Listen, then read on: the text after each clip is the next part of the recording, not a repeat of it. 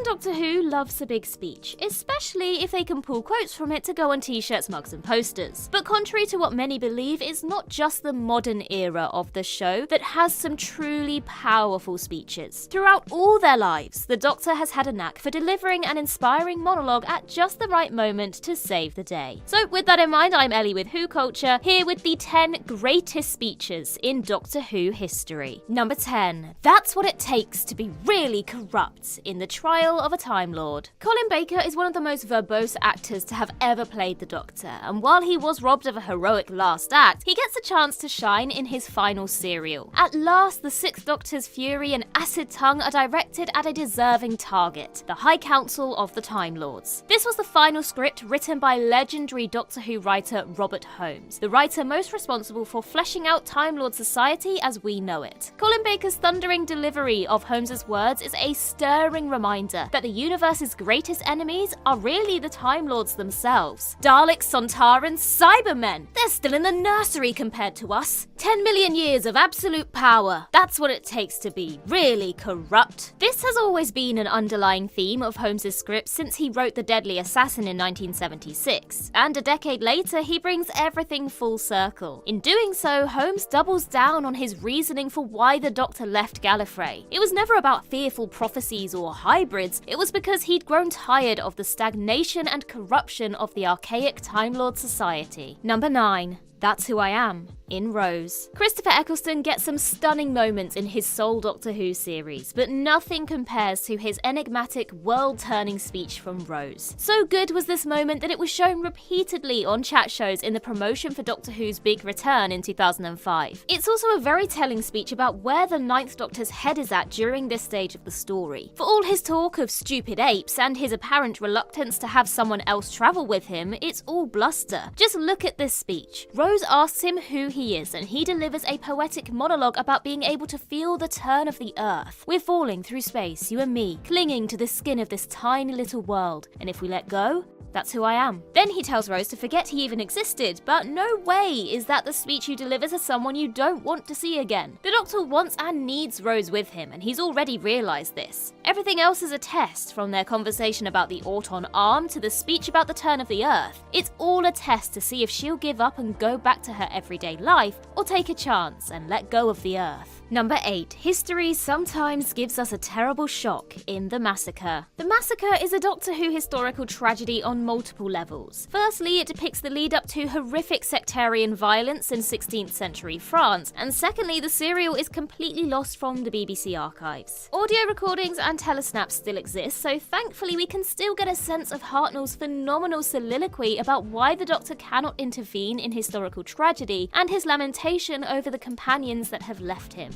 I dare not change the course of history. Now they're all gone. All gone. None of them could understand. Not even my little Susan or Vicky. And as for Barbara and Chesterton, they were all too impatient to get back to their own time. And now, Stephen. Perhaps I should go home, back to my own planet, but I can't. It's a beautiful combination of the arguments with Barbara in the Aztecs and the tender goodbye speech he delivers to Susan in the Dalek invasion of Earth. Hartnell was infamous for fluffing his lines, but here he delivers the speech with such conviction and an undercurrent of genuine sadness. It's a welcome reminder of what a great actor William Hartnell actually was. And by far, he recited that much better than I just did. Number 7. Be careful how you tell that story. In Planet of the Daleks. If there's ever a speech that highlights just how different Doctor Who is from other sci-fi shows, it's Jon Pertwee's speech about war in Planet of the Daleks. Written by Terry Nation, whose best works were always influenced by his experiences of growing up during World War II and the ensuing atomic age, the Doctor's advice to the Thals is beautifully performed by Pertwee. When you get back to Skaro, you'll all be national heroes. Everybody will want to hear about your adventures, so be careful how you tell that story, will you? Don't glamorize it. Don't make war sound like an exciting and thrilling game. Tell them about the fear. Otherwise your people might relish the idea of war. We don't want that. With a Buddhist executive producer, it was likely that the Pertwee era would fully embrace Doctor Who's message of peace, love and understanding. Nowhere is this better realised than here, when the Doctor warns against glamorising war. War is hell. It's not a game, it's not a chance to be a hero, and lives are lost or changed irrevocably. It's even more interesting when you take into account that it was the first Doctor who convinced convince the Thals to fight back against the Daleks in the first place. It's as if, having witnessed the horrors of the Vietnam War, both Terry Nation and the Third Doctor have given themselves a second chance to spread a more peaceful message. Number 6. We're all different people in the time of the Doctor. The big regeneration speech was a trope of the Moffat era, but the 11th Doctor's final words are nonetheless utterly beautiful. It's an attempt to relate the experience of Time Lord regeneration to the experiences of the viewers at home, and to Matt Smith as an actor. We all change when you think about it. We're all different people all through our lives, and that's okay, that's good. You've got to keep moving so long as you remember all the people that you used to be. I will not forget one line of this, not one day,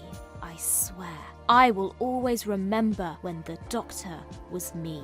In the hands of Moffat, regeneration shifts from being some magical get-out-of-jail clause to a reflection of how we learn and grow over the years. We may move on, but as long as we retain our core character and honour the successes and mistakes of our past, then everything will be alright. There's a great deal of poetry in Moffat's best scripts, and this is a beautifully melancholic goodbye to Matt Smith as the 11th Doctor. Smith is visibly emotional delivering his final speech as the Doctor, and he perfectly encapsulates the highs and lows of regeneration, the excitement of where a new Doctor will go, but the tragedy of losing the previous incarnation. It's an evocative and emotional summing up of this ancient Time Lord process, and reaffirms that regeneration's not just a cheap trick to cheat death, or to change lead actors every 3 years. Number 5. Our lives are different to anybody else's in the Tomb of the Cybermen. Grief and loss are recurring themes in the modern series, but this moment from the Tomb of the Cybermen is an understated speech about honouring those we've lost. Victoria has had no time to grieve the death of her father in The Evil of the Daleks before she's thrown into another battle with the Doctor's other old enemy, the Cybermen. In a quiet moment, the Doctor tells her that, in time,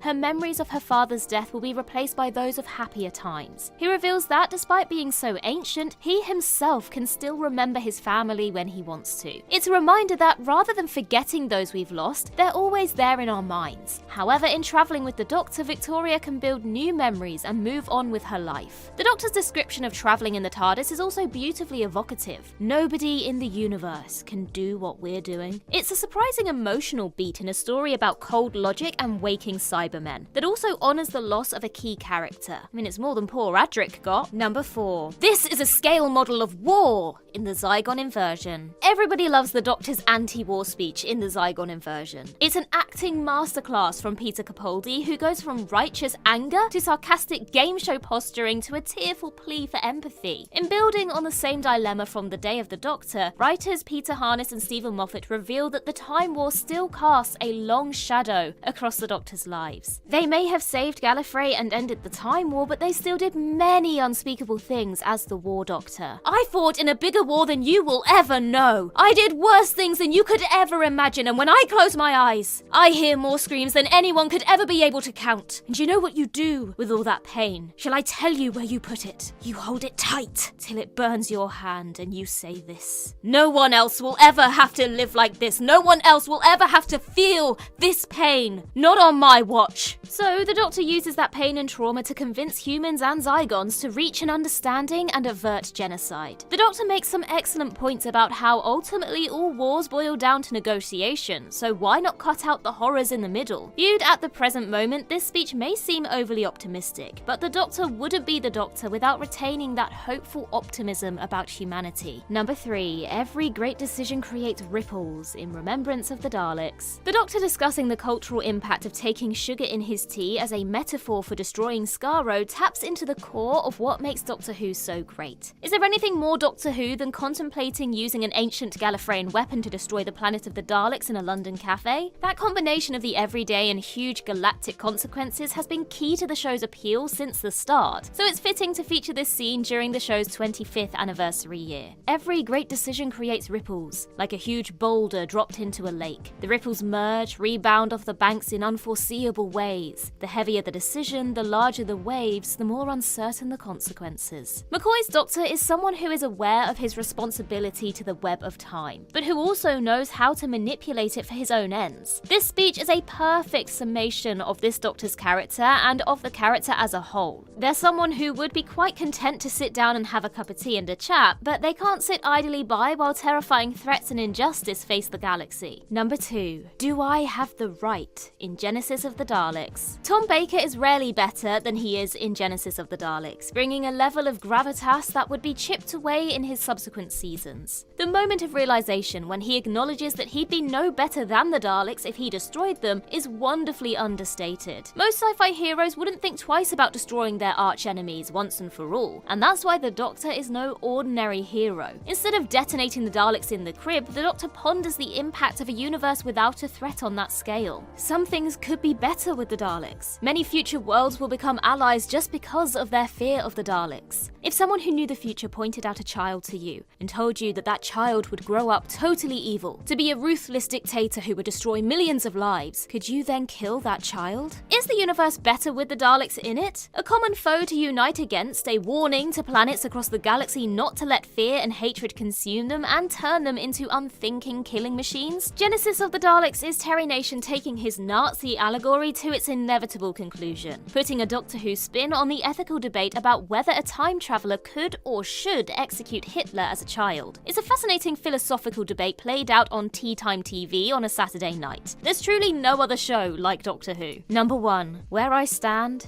is where I fall in The Doctor Falls. It's a sign of a great speech when Murray Gold turns the music right down, which is precisely what he did for Peter Capaldi's stunning delivery of the Doctor's mission statement in the Series 10 finale. Faced with impossible odds and the self-serving cowardice of the Master, the Doctor makes one final attempt to redeem his oldest frenemy. It's a defining moment, arguably the moment that Capaldi's Doctor Who casting was always building towards. Winning. Is that what you think it's about? I'm not trying to win. I'm not doing this because I want to beat someone, or because I hate someone, or because I want to blame someone. It's not because it's fun. God knows it's not because it's easy. It's not even because it works, because it hardly ever does. I do what I do because it's right, because it's decent. And above all, it's kind. It's just that. Just kind. Capaldi delivers this speech with such passion and a genuine fragility, which is rarely seen in portrayals of the Doctor. He knows he doesn't have a hope in hell of defeating the Cybermen, but he'll keep fighting to prolong the inevitable for as long as possible. The Doctor isn't some superhero that has been given an enormous responsibility. They're a shambling traveller who never turns away from those in need. An idiot with a box and a screwdriver passing through. This is the defining speech of Capaldi's Doctor Who era, and quite possibly of Doctor Who as a whole. And that's everything for this list, but while we're on the topic of extreme moments in Doctor Who, why not take a look at 10 times Doctor Who went too far, which is linked somewhere on the screen. You'll find it. In the meantime, I've been Ellie with Who Culture, and in the words of River Song herself, goodbye, sweeties.